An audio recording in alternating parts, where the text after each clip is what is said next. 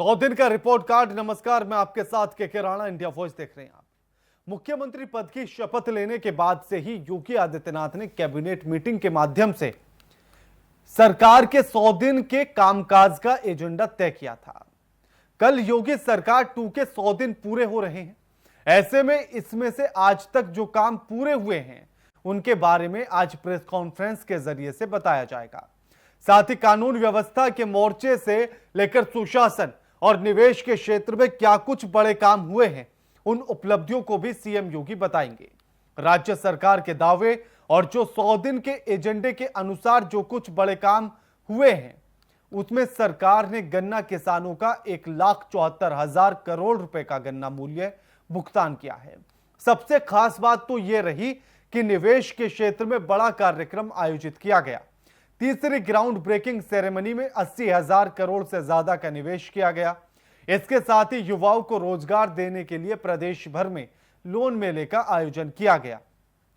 100 दिन के भीतर 10,000 पुलिस भर्ती के निर्धारित लक्ष्य को पूरा करने का काम भी किया गया। कानून व्यवस्था के मोर्चे पर योगी सरकार ने माफियाओं की कमर तोड़ने का काम किया। 100 दिन के अंदर अपराधियों और माफियाओं से 844 करोड़ की अवैध संपत्ति को जब्त करने का भी बड़ा काम किया गया। इस तरह इतिहास में पहली बार धार्मिक स्थलों से 74,700 लाउडस्पीकर हटाए गए, जिसमें से 17,816 स्कूल में दिए गए। ऐसे में और क्या महत्वपूर्ण योगी सरकार ने अपने 100 दिन के कार्यकाल में किया है, इसी पर आज हम खास चर्चा करेंगे कि आखिर 100 दिन का रिपोर्ट कार्ड मुख्यमंत्री योगी आदित्यनाथ की सरकार का क्या कुछ कहता है।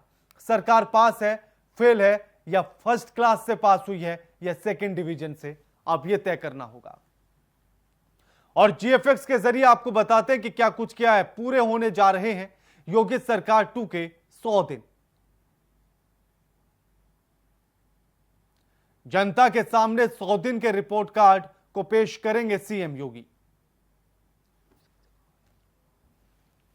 आज सीएम योगी करेंगे प्रेस कॉन्फ्रेंस।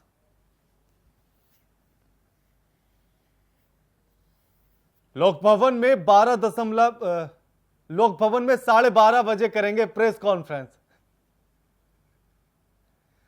सरकार बनते ही 100 दिन, 6 महीने और फिर 5 साल का लक्ष्य तय किया गया था। अपराधियों, माफियाओं की 844 करोड़ की संपत्ति जब्त की गई। धार्मिक स्थलों से 74,700 लाउडस्पीकर हटाए गए। गन्ना किसानों को 1,74,000 करोड़ का भुगतान किया गया।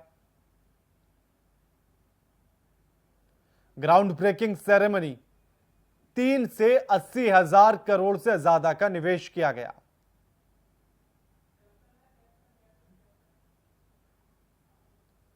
और उसी सेरेमनी की तस्वीरें आपके टीवी स्क्रीन पर। और आज इसीलिए हम इसी पर चर्चा करेंगे कि आखिर योगी सरकार जो अपना रिपोर्ट कार्ड पेश कर रही है, आखिर उसमें सरकार पास होती है या फेल होती है, या अगर पास होती है तो क्या फर्स्ट डिवीजन से, या सेकंड डिवीजन से, या थर्ड डिवीजन से। अब इन श्रेणियों को भी देखना होगा कि आखिर सरकार का रिपोर्ट कार्ड क्या कुछ कहता है। जितने कार्य बताए जा रहे हैं उनका भविष्य में क्या परिणाम मिलेगा और कितनी तेजी के साथ आखिर कौन से काम किए जा रहे हैं, ये तमाम ऐसे बिंदु हैं जिन पर आज हम चर्चा करेंगे।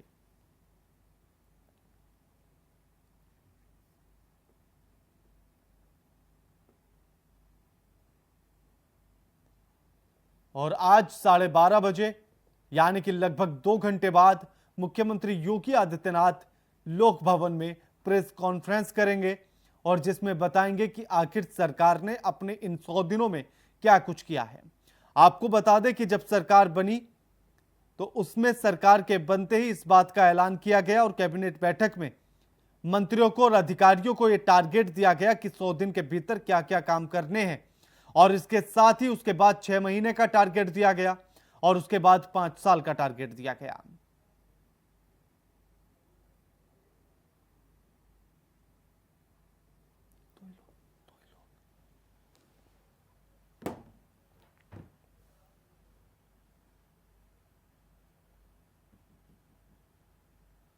और आज इसी मुद्दे पर हम चर्चा करेंगे कि आखिर 100 दिन का रिपोर्ट कार्ड मुख्यमंत्री योगी आदित्यनाथ की सरकार का क्या कुछ कहता है।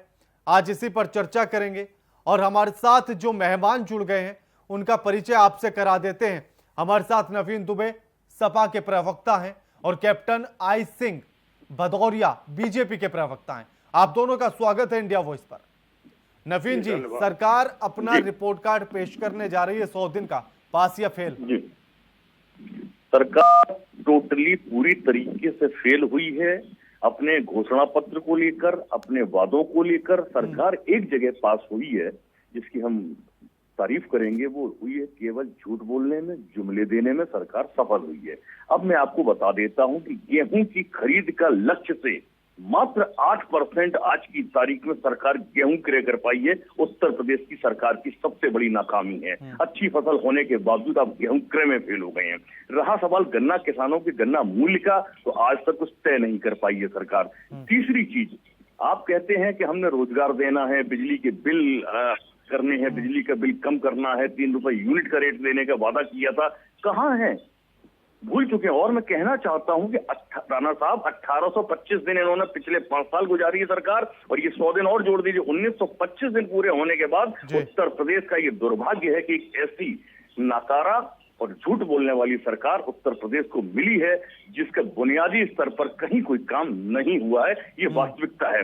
अब मैं आपको बता देता हूं, उत्तर प्रदेश में जो आंदोलनरत मानदेय प्राप्त कर्मी हैं, जिनमें आप अनुदेशकों को ले लीजिए, शिक्षा मित्रों को ले लीजिए, एम्बुलेंस कर्मियों को ले लीजिए, ग्राम प्रहरियों को ले लीजिए, इन लोगों का आंदोलन एक लंबे समय से चल रहा है। लेकिन दुर्भाग्य की स्थिति ये है कि ये अनुशासित आंदोलनों को सरकार सुनना नहीं चाहती है, उनकी बात को उठाना नहीं चाहती, उनकी बात का निराकरण नहीं करना चाहती है। माननीय उच्च न्यायालय इलाहाबाद ने एक निर्णय दिया था अनुदेशकों के मामले में कि इनका मानदेय 17,000 रुपए प्रतिमाह दिया जाना चाहिए। सरकार के पास फंड नहीं है, इस तरीके का रोना रोती है, लेकिन नेताओं के अपने खर्चे बखूबी चल रहे हैं और सुप्रीम कोर्ट चली जाती है उसके खिलाफ अपील दाखिल करने। आप एक चीज बताइए, एक व्यक्ति एक जिले से दूसरे जिले में नौकरी करने जाता है, वो 7,000 रुपए में कैसे अपना जीवन यापन कर सकता है, कैसे अपने बच्चे पालेगा?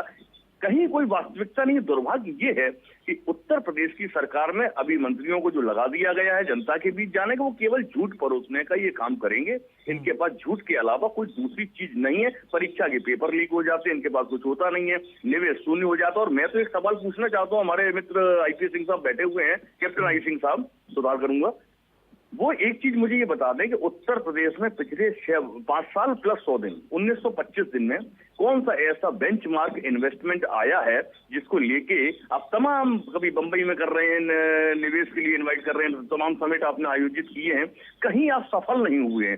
कारण क्या है? क्योंकि आप बेसिक इंफ्रास्ट्रक्चर पर ध्यान नहीं देना चाहते।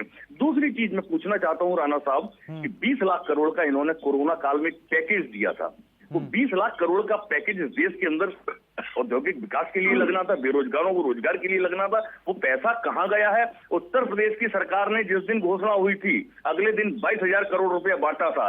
किन लोगों को बांटा था? उसके उद्योगों की स्थिति क्या है? वो पैसा कहां इस्तेमाल हुआ है? जर्जर हालत में आपकी स्वास्थ्य सेवाएं पड़ी हुई हैं, जर्जर हालत में आपकी शिक्षा प्रणाली पड़ी हुई है, शिक्षण संस्थान पड़े हुए हैं, प्राथमिक स्कूलों की हालत जर्जर है। सरकार काम कहां कर रही है? केवल भाषणों में और जुमलों में काम हो रहा है। आप के सवालों का जवाब ले लेता हूं, लेना देना नहीं है। नवीन जी, आपके सवालों का जवाब ले लेता हूं। कैप्टन आई सिंह जी, नवीन दुबे ने तो साफ तौर पर कह दिया है कि सरकार एकदम फेल है। अब आपके हिसाब से क्या है, पास या फेल, या फर्स्ट डिवीजन से पास करेंगे आप? नहीं, हम तो डिवीजन भी नहीं देंगे, हम तो टॉपर कहेंगे। इस तरह से वहाँ कानून व्यवस्था और लॉ एंड ऑर्डर को जिस तरह से संभाला गया है वो दुनिया देख रही है। हमारे कहने से नहीं होता है, अदर स्टेटों में चले जाओ तो वहाँ की आम जनता भी कहती है कि उत्तर प्रदेश जो है ना, एक इतना जंगलू राज्य था जहाँ भूमाफिया, दारू माफिया, जहाँ बलात्कारी ऐसे लोग रहा करते थे। आज बोले उत्तर प्रदेश, ऐसे लगता है कि ऐसा प्रांत तो हर एक होना चाहिए, और ऐसा मुख्यमंत्री तो बोले हमारे प्रांत में भी आना चाहिए। तो ये लोग कह रहे हैं, हम नहीं कह रहे। और दुबे जी की पीड़ा ये नहीं है। हम दुबे जी उस ऐसी पार्टी के प्रवक्ता हैं कि जिस पार्टी ने कभी विकास के किया ही नहीं है, विकास जानती ही नहीं है। नहीं, पार्टी ने जो झूठ के अलावा कुछ बोला। कैप्टन साहब, सीधा सीधा सवाल, सीधा सीधा जवाब। उन्होंने जो आरोप लगाए कि गेहूं की खरीद को आप 8% भी पूरा नहीं कर पाए हैं? ये मैं वही आपको बताने जा रहा हूँ कि झूठ के अलावा इन्होंने उत्तर प्रदेश में सबसे ज्यादा गेहूं की खरीद हुई है। दुबे जी चाहे तो गूगल पे भी पढ़ सकते हैं, और नहीं चाहे तो हम इनके पास पूरा भेज देंगे। लक्ष्य से कितना हुआ है? 60 लाख टन गेहूं खरीदना था, आपने कितना खरीदा आप बता दीजिए। 3000 क्विंटल आपने गेहूं खरीदने के बाद खरीद बंद कर दी है। नहीं, आप देखिए जाके 3000 नहीं, हमने हम गूगल पे कहाँ देख रहे, आप बता दीजिए, आप निकाल दीजिए, गूगल सार्वजनिक कर दीजिए, दिखाइए ना। हम आपके पास है भारतीय जनता पार्टी के, आप बता दीजिए कि भाई साहब हमने ये परचेज की, ये आंकड़े सरकारी आंकड़े आप बोलने ही नहीं देंगे तो फिर मतलब क्या है? नहीं, एक एक करके बात करेंगे। नवीन जी एक एक करके बात करेंगे। मैं इस तरह की डिबेट नहीं करता हूँ। जब मैं भदौरिया जी बीच में बोलता नहीं, वो बीच में बोलेगा, मैं डिबेट नहीं करूंगा। आप जब वो बोल रहे हैं, मैं एक मिनट भी बीच में नहीं, वो एक शब्द ही बीच में बोल रहा हूँ। अपनी बात रखिए भदौरिया जी। नहीं, मुझे क्या सुनने के लिए बुलाया है आपने कि मैं आप पे फायर करता रहूं? आप जो है ना बचाव में आपको भी आपका पक्ष रखने का मौका दिया जा रहा है। तो फिर आप सबसे ज्यादा तो बीच में आप ही बोल रहे हो। सबसे ज्यादा तो आपसे सवाल पूछा, मैंने तो आपसे सवाल पूछा सिर्फ। तो सवाल पूछा, जवाब भी तो लीजिए फिर। हाँ, तो जवाब पे तो आइए आप जवाब पर आइए ना। आप मुझे लग रहा है कि समाजवादी के एंकर ना हो गया। आरोप मत लगाइए, अगर जवाब नहीं दिया जाता तो आरोप मत लगाइए आप। अरे तो फिर आप एंकर ही करिए। आपसे सीधा सा सवाल पूछा मैंने कि सरकार पास या फेल। प्रवक्ता मत बनिए, एंकर ही करिए। प्रवक्ता नहीं बन रहा हूं मैं। प्रवक्ता मत बनिए, आपके पास होमवर्क नहीं होता है, तैयारी करके नहीं आते हैं, तैयारी करके आइए, आपके पास आंकड़े होने चाहिए थे। पार्टी के प्रवक्ता सत्ताधारी रण छोड़कर वही भागते हैं जिनसे उम्मीद नहीं होती है, जो लड़ नहीं पाते हैं। भदौरिया जी, हमारे ऊपर आप वरना लड़ने की हिम्मत रखिएगा। करते रहेंगे आप लोग, झूठ बोलने के अलावा। ठीक है, हमारे साथ हमारे संवाददाता भी जुड़े हुए हैं, प्रियम पाठक। प्रियम, सरकार अपना 100 दिन का रिपोर्ट कार्ड पेश करने जा रही है, सरकार पास या फेल? देखिए, सरकार पास या फेल इसका फैसला तो जनता ही करेगी, लेकिन आज जरूर जिस तरीके से सरकार ने अपने शुरू के दिनों में 100 दिन का लक्ष्य रखा था, सभी विभागों को मुख्यमंत्री ने टास्क दिए थे कि वो अपने 100 दिन का लक्ष्य बनाएं और उस लक्ष्य को अचीव करें। पहले 100 दिन, फिर 6 महीने, फिर 1 साल। ये जो टारगेट दिए गए थे उसमें अब 100 दिन पूरे जब सरकार को हुए हैं, तो खुद अब मुख्यमंत्री जनता के बीच में आएंगे और वो अपनी सरकार की जो उपलब्धि रही है, योगी 2.0 कार्यकाल का जो दूसरा जो कह सकते हैं कार्यकाल शुरू हुआ है, उसके जो पहले के 100 दिन है, तो उसमें सरकार ने क्या कुछ किया है, इन बातों का जिक्र आज मुख्यमंत्री योगी आदित्यनाथ अपनी प्रेस कॉन्फ्रेंस में करेंगे। 12 बजे लोक भवन में आज मुख्यमंत्री की ये प्रेस वार्ता जो है वो होने वाली है, जिसमें जाहिर सी बात है कि जो मुद्दों की अगर आप बात करें या जो ऐसे पॉइंट जिनको सरकार जो है गिना सकती है, उसमें सबसे अहम जो होगा वो एक बड़े पैमाने पे जो लाउड स्पीकर का उतरवाने की जो बात हुई थी वो देखने को मिला। लॉ एंड ऑर्डर एक बड़ा मुद्दा हमेशा ही उत्तर प्रदेश के अंदर रहा है, और जिस तरीके से पिछले दिनों अब जो एक देश के अंदर अराजकता का माहौल देखने को मिला है, बयानबाजी को लेकर जिस तरीके से हुई थी, तो उसके बाद उत्तर प्रदेश ने कैसे इस पूरे सिनेरियो को जो है टैकल किया है, तो इसको लेकर उसमें उनका जिक्र हो सकता है। किसानों को लेकर सरकार जो है वो दावा कर रही है कि 74,000 करोड़ रुपए का जो भुगतान है वो इन 100 दिनों के अंदर किया गया है, तो उसका जिक्र होगा। तो इस तरीके से यानी सरकार की जो उपलब्धियां रही हैं, सरकार ने जो बातें की थी, विभागों को जो निर्देश दिए थे कि वो अपने अपने विभागों में रिक्त पदों को निकालें, वहाँ पे भर्ती प्रक्रिया जो है उसको शुरू करें, तो इन सभी चीज़ों का जिक्र मुख्यमंत्री अपने प्रेस कॉन्फ्रेंस के दौरान कर सकते हैं। देखना होगा मुख्य तौर पर फोकस किस मुद्दे पर। एक सवाल और मेरा ऐसे में यह है कि जिस सवाल को नवीन जी ने उठाया था कि गेहूं की खरीद में सरकार फेल हो गई है, 60 लाख टन का वादा किया था, और इसका जवाब कैप्टन आई सिंह भी नहीं दे पाए हैं, क्योंकि सरकार केवल 4.5 लाख के आसपास ही खरीद पाई है। देखिए, अलग अलग वादे किए गए थे, जाहिर सी बात है कि जो संकल्प पत्र था उसको देखना होगा कि उसमें जो बातें कही गई थी उनको किस तरीके से पूरा किया जा रहा है। जरूर जाहिर सी बात है बड़े स्तर पर काम शुरू भी किए गए हैं, बड़े स्तर पर काम किए गए, लेकिन अभी बहुत से काम ऐसे हैं जिनका जो वादा किया गया था, जो दावे किए गए थे, वो अभी हकीकत से कोसों दूर हैं। हालांकि अभी वक्त भी बहुत कम हुआ है, तो उस चीज़ के लिए थोड़ा सा देखना होगा। और आज सबसे अहम ये इस बात पर देखना होगा कि मुख्यमंत्री जब अपने 100 दिन की उपलब्धियों को रखेंगे जनता के बीच में, तो वो कौन कौन से बिंदुओं को उठाते हैं, कौन कौन से पॉइंट्स को बताते हैं, क्या उनकी नज़र में सरकार की उपलब्धि रही है, सरकार जो है आगे किस तरीके से, आगे का क्या रोड मैप है, इन सभी चीज़ों पर देखना होगा। सरकार की तरफ से मुख्यमंत्री जब योगी आदित्यनाथ आज प्रेस कॉन्फ्रेंस करेंगे, तो वो उनमें किन मुद्दों को उठाते हैं, किन बातों को रखते हैं, क्या आंकड़े वो रखते हैं, किन क्षेत्र में क्या काम किया गया है, सभी विभागों का जो लेखा जोखा उनको पेश करना है, उसमें देखना होगा क्या बातें निकल के सामने आती हैं। बिल्कुल। नवीन जी, सरकार जिन बातों को लेकर कह रही है कि गन्ने का भुगतान 1,74,000 करोड़ का उन्होंने कर दिया है, और साथ ही वो निवेश को लेकर कह रही है कि 80,000 करोड़ का निवेश तो अभी कराया है हमने तीसरी सेरेमनी में। ये उपलब्धियां होंगी सरकार की।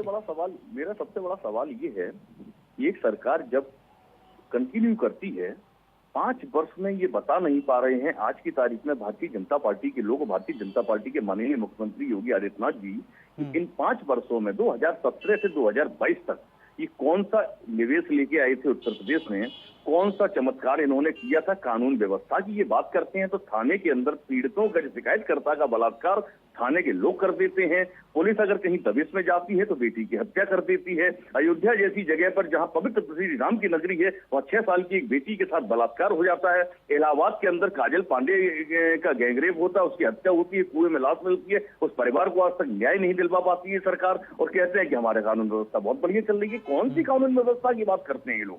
इनके पास प्रत्यक्ष को प्रमाण की जरूरत नहीं, मैं प्रमाण दे रहा हूं इनको। ये किसी भी इन विषयों पर, इन घटनाओं के ऊपर बोल नहीं पा रहे हैं और ये कहते हैं कि हमारा कानून करा दिए। ये वो घटनाएं हैं जो चर्चा में आई हैं, और कम से कम इसमें मल्टीप्लाई बाई 10 कर दीजिए आप। ऐसी घटनाएं होती हैं जो क्षेत्रीय स्तर पर सिमट के रह जाती हैं, मीडिया में आगे नहीं आ पाती हैं, क्योंकि गरीब परिवारों की घटनाएं होती हैं वो पब्लिक प्लेटफॉर्म पे नहीं आ पाती हैं। तो इस तरीके की अराजकता का वातावरण उत्तर प्रदेश में इस तरीके से चल रहा है पिछले 5 साल से लेकर, और आज 100 दिन ये पूरे करने जा रही है योगी जी की सरकार। मैं समझता हूं ये किसी मोर्चे पर सफल नहीं हुए, और मैं एक सलाह देना चाहूंगा भारतीय जनता पार्टी के मित्रों को आपके चैनल के माध्यम से कि वो अपना 2017 का मैनिफेस्टो पढ़ें, संकल्प पत्र पढ़ें पहले, और उसके बाद उसके अनुसार कुछ तो आप हासिल करते। कहीं 2%, 5%, 4%, 10%, 20% भी अगर आपने इनिशिएट किया होता तो मैं समझता था कि आपका एक सार्थकता की तरह प्रगति की तरफ बढ़ता हुआ कदम है। मैं सराहना करता, मैं बहुत अलग टाइप का व्यक्ति हूं, लेकिन दुर्भाग्य की स्थिति है कि उत्तर प्रदेश की व्यवस्था को जाति, धर्म और नफरतों के वातावरण ने केवल ये नफरती राजनीति करने का काम भारतीय जनता पार्टी कर रही है, जिसके कारण प्रदेश की प्रगति में भारतीय जनता पार्टी की सरकार स्वयं बाधक है उत्तर प्रदेश के। और आप देख लीजिए 2017 से 2022 तक कोई विकास उत्तर प्रदेश में नहीं हुआ। विकास के नाम पर 0 सन्नाटा है। शिक्षा का स्तर का कहीं कोई सुधार नहीं है। बेरोजगार युवा परेशान घूम रहे हैं। ये कहते हैं हमने मुद्रा ऋण बांटे थे, अरे भाई अब लाभार्थी दिखा दीजिए। अब आंकड़े सार्वजनिक कर दिए कि इस जिले में इतने लाभार्थी हैं हमारे, और उनने कौन कौन से उद्योग लगाए, कौन कौन से व्यापार किए। कहीं कुछ नहीं है, केवल खाओ कमाओ योजनाएं चल रही हैं इनकी। और मैं तो आज भी केंद्र की सरकार से भी पूछ रहा हूँ, जवाब नहीं दे पाएंगे। मुख्यमंत्री जी आज प्रेस कर रहे हैं, बता देंगे 20 लाख। ठीक है, नवीन जी हमारे साथ बीजेपी के प्रवक्ता संजय सिंह जुड़ गए हैं। स्वागत है संजय सिंह जी आपका। संजय सिंह जी, सरकार अपना 100 दिन का रिपोर्ट कार्ड पेश करने जा रही है। एक तरफ समाजवादी पार्टी का आरोप है कि सरकार एकदम फेल है। समाजवादी पार्टी का आरोप है कि सरकार फेल है, ये ठीक कह रहे हैं। इनकी जो सरकार थी वो वाकई बहुत फेल थी। आज इनको 24 घंटे बिजली दिख रहा होगा। आज लूट, मार, हत्या, अपराध, जो एक वारदात, एक जिस तरह से क्रिमिनल रोड पर घूमते थे समाजवादी का झंडा लगाकर, आज आपको वो चीज दिखाई नहीं दे रहा होगा। इनको एक बड़ी घुटन महसूस हो रही होगी। आज पूरे उत्तर प्रदेश के अंदर सड़क निर्माण, आज पूरे उत्तर प्रदेश के अंदर हर गरीबों के पास घर, हर लोगों के पास अपना शौचालय, हर लोगों के पास गैस का सिलेंडर। ऐसा कौन जरूरत का चीज है जो आज के समय में मनुष्य के करीब नहीं है? मैं समझता हूँ, एक मिनट, मैं समझता हूँ कि उत्तर प्रदेश के काल का ये बहुत ही स्वर्णिम काल है, जब जहां अभी कितने हजार करोड़ का इन्वेस्टमेंट इनके जेवर और ग्रेटर नोएडा के अंदर हो रहा है। ये स्वर्णिम काल है, और इस काल को हमें लगता है कि ये उत्तर प्रदेश से उत्तम प्रदेश के युग में लेकर जाएगा। ये योगी का काल है। संजय जी, उसी पर मैं सवाल कर रहा हूँ। नवीन जी ने आरोप लगाया कि सरकार फेल इसलिए है कि गेहूं की खरीद को लेकर जो वादा उसने किया था उसका 8% भी सरकार गेहूं नहीं खरीद पाई है। मैं आज आपसे एक सवाल पूछना चाहता हूं, कितने, इनको शायद जानकारी नहीं होगी कि गेहूं अभी किस मूल्य में किसानों ने बेचा है, और आज किस किसान के पास गेहूं बचा हुआ, जरा यही बता देंगे। संजय जी, मैं बीच में इंटरप्ट कर रहा हूँ। मैं बहुत छोटा सा सवाल है, आपने सवाल के जवाब नहीं दिया। आपने सवाल के सवाल दागा है। मैं एक बात कहूंगा आपसे कि आपने जो 5 किलो राशन की योजना चलाई थी उसमें से गेहूं को गायब कर दिया, और अब सरकार गेहूं खरीद नहीं रही है। आखिर क्या कारण है? आप उसका लॉजिक बताइए, सार्थक सवाल का जवाब दीजिए कि आखिर क्यों सरकार ने गेहूं खरीद बंद कर दी, ये बताइए। जवाब स्पष्ट कर दीजिए। सरकार के पास कोई रिजर्व गेहूं नहीं होगा? सरकार नहीं रखेगी? या वो भी ये निजीकरण में चला जाएगा? नहीं। अदानी अंबानी को आप दे देंगे सारा गेहूं किसानों से खरीदवा के? आप सरकार अपने पास कुछ नहीं रखेगी। आप इस बात का जवाब दीजिए मुझे। क्यों गायब रहते हैं आप? क्यों भूल क्यों नहीं जाएंगे? क्यों नहीं जाएंगे? आपकी सरकार उनके दिशा निर्देशों पर चल रही है। आज देश की सरकार है, उनके एक-एक करके बात करेंगे, एक-एक करके बात करेंगे। देश के सारे बड़े एयरपोर्ट, नवीन जी, संजय जी, एक-एक करके बात करेंगे। अंडानी, देखिए आज अंबानी हो चाहे अंडानी हो, ये देश के वो लोग हैं जो कम से कम कई करोड़ लोगों को अप्रत्यक्ष अप्रत्यक्ष रूप से रोजगार देके रखे हैं। अच्छा, रेल इसीलिए बेच रहे हैं? ओके ओके, अब आपकी बात समझ में आ गई। रेल आप इसीलिए बेच रहे हैं कि वो अडानी और अंबानी के एम्प्लॉय हो जाएंगे रेल कर्मी, सरकार के कर्मी नहीं रहेंगे। सरकार के पास कुछ नहीं रहे। संजय जी किसान, कितने किसान के घर में एम्प्लॉयमेंट के लिए सारे संस्थान सरकार के बेच देंगे और निजीकरण हो जाएगा। संजय जी। निजीकरण में अडानी और अंबानी उनको रोजगार देंगे। आपकी बात संजय एक जी। चीज तो स्पष्ट हो गई। देखिए, मेरा ये सवाल नहीं है, मेरा सवाल है बार बार अडानी अंबानी को लेके अपने आप नहीं, क्यों नहीं? पूरी भाई, इस देश के अंदर- मैं सवाल ले रहा हूँ, नवीन जी मैं सवाल ले रहा जी, हूँ, नवीन जी मैं सवाल ले रहा हूँ। संजय जी, किसान ऐसा है जिसका वो अनाज जो है उपज नहीं बिका हो, या वो नहीं बिकने के कगार पे हो, या आज की स्थिति में उसके पास पड़ा हुआ हो, आप जरा रिकॉर्ड देख के बता लीजिए। नवीन जी, विरोध करना तो साधारण हाँ सी बात मैं है सवाल भाई। ले रहा हूँ। संजय जी मेरा सवाल, सरकार ने वादा किया था कि 60 लाख टन गेहूं खरीदेगी, लेकिन खरीद केवल अभी तक 4.27 लाख टन पाई है।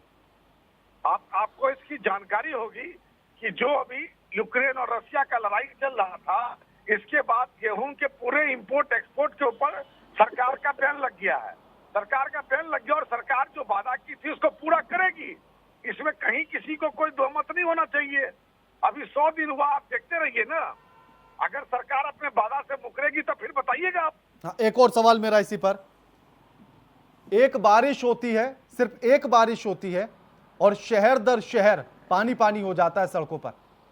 पानी की निकासी को लेकर कोई व्यवस्था क्यों नहीं? फिर चाहे हाईवे हो, स्टेट हाईवे हो, कोई सा भी हो। पानी के निकासी को लेकर व्यवस्था हो या ना हो, लेकिन इसको कहने में हमें तनिक भी हिचक नहीं है कि समाजवादी पार्टी की जब सरकार थी और जितने नाली थे, जितने नदी के किनारे थे, सबको अतिक्रमण करके, जो गाजियाबाद का देख लीजिए, जो डूल क्षेत्र है, लाख के लाख हेक्टेयर जमीन बेच दिया गया, वहां घर बना दिया गया। सरकार का बुलडोजर चल रहा है, सरकार की व्यवस्था नाली संजय जी, सफाई आपने अपनी ही बात में अपनी असफलता को प्रमाणित कर दिया है। 5 साल आपकी सरकार रही, आप समाजवादी पार्टी पर आरोप लगा रहे हैं। 5 साल आपकी सरकार रही, इसका मतलब आपने पहले वर्ष काम नहीं किया। अगर ठीक है, किया ठीक होता है। तो आज आप ये आरोप नहीं लगा रहे होते। ठीक है, लास्ट कमेंट प्रियम पाठक, किस तरह की तैयारियां देखी जा रही है 100 दिन के रिपोर्ट कार्ड को पेश करने को लेकर? Last comment 30 second. बिल्कुल के देखिए, आज भव्य स्तर पर जो है वो प्रेस कॉन्फ्रेंस की तैयारी जो है मुख्यमंत्री की गई है। लोक भवन में आज ये प्रेस कॉन्फ्रेंस आयोजित की गई है। सभी तैयारियां पूरी कर ली गई हैं। सभी विभागों ने अपना आंकड़ा मुख्यमंत्री को सौंप दिया है, मुख्यमंत्री कार्यालय को सौंप दिया है, और आज उन्हीं आंकड़ों को लेकर मुख्यमंत्री जनता के बीच में जाएंगे जब वो अपने सरकार के दूसरे कार्यकाल के पहले 100 दिन पर अपना रिपोर्ट कार्ड पेश करने वाले। ठीक है, शुक्रिया आपका हमारे साथ इस चर्चा में जुड़ने के लिए। नवीन जी आपका भी, और संजय जी आपका भी, प्रियम पाठक आपका भी। लेकिन सवाल यही कि सरकार अपना 100 दिन का रिपोर्ट कार्ड पेश करने जा रही है, लेकिन ऐसे में समाजवादी पार्टी लगातार आरोप लगा रही है तमाम कि सरकार एकदम से फेल है। सरकार को अपने सभी कामों को गिनाने की जरूरत होगी। अब देखना यह होगा कि जब प्रेस कॉन्फ्रेंस करके अपना रिपोर्ट कार्ड दिखाएगी तो आखिर उसमें किन किन मुद्दों को सरकार सामने रखती है। इस कार्यक्रम में फिलहाल इतना ही। नमस्कार।